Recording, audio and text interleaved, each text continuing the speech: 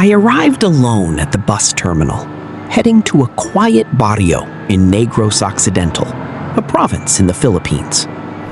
Everything felt unusually silent. The roads were empty, houses were far apart, and endless sugarcane fields stretched along the way. I waited at the stop for a while, checking my phone, but there was no signal. Then my grandmother arrived on a tricycle. The moment I saw her, I ran to her and hugged her tightly. I missed her so much. We rode together, going to her house. On the way, she told me not to go outside at night because there are creatures that wander in the dark. I just smiled. I thought she was only trying to scare me. When we arrived, the tricycle quickly drove away as night started to fall. At home, my grandmother cooked dinner. We talked, prayed, and ate together like it was just a normal day. After eating, I helped her wash the dishes.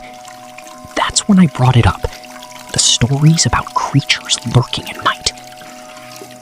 She suddenly became serious and said there really is something here called an ashwang. I laughed it off. Just old superstition, nothing more. Later that night, I took a shower. While I was inside the bathroom, I heard a scratch, then a heavy thud. I paused. Maybe just a cat or a dog. I ignored it. After that, I went to my room. Still no signal. Then suddenly, a strong wind blew, and my lamp turned off. So I started getting worried. Hoping to find a better connection, I stepped outside and walked toward the sugarcane fields while holding my phone above my head. As I was walking, a strong gust of wind rushed past me. I quickly turned around, but all I saw were leaves falling to the ground.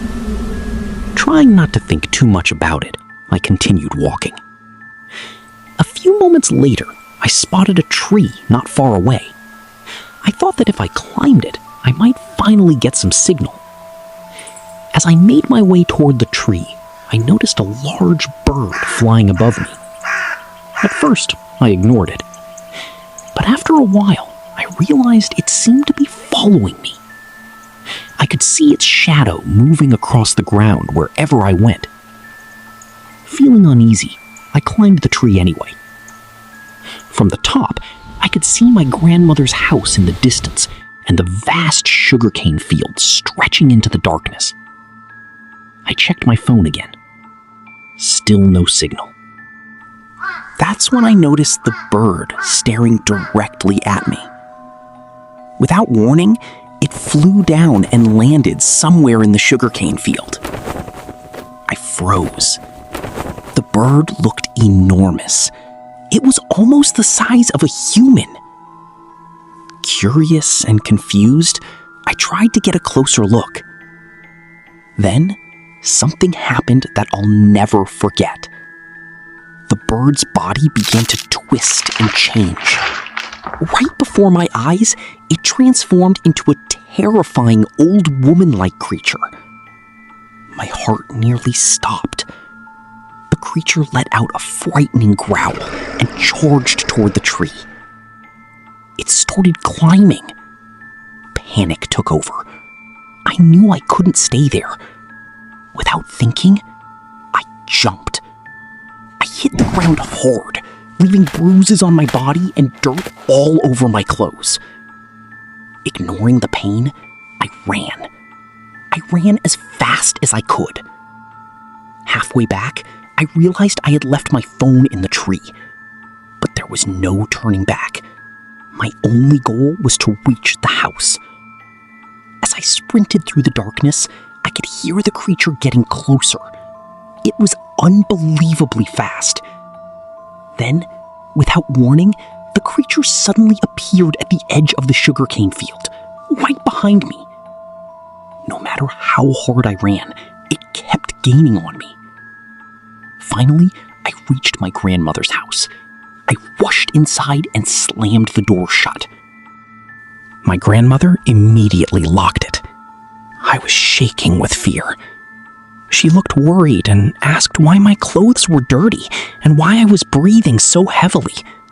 I told her everything. Before she could respond, a loud bang hit the door. Then came the scratching. Long, sharp scratches dragged across the wood from outside. My grandmother's face turned serious. She quickly brought out salt and garlic. In our province, many believe these can help drive away evil spirits and creatures, such as an aswang. She placed them near the entrances while quietly saying prayers. For several minutes, the scratching continued. Then, everything became silent. The night felt strangely calm. Believing the danger had passed, I took a shower and tried to relax. Before going to bed, my grandmother told me to get some rest.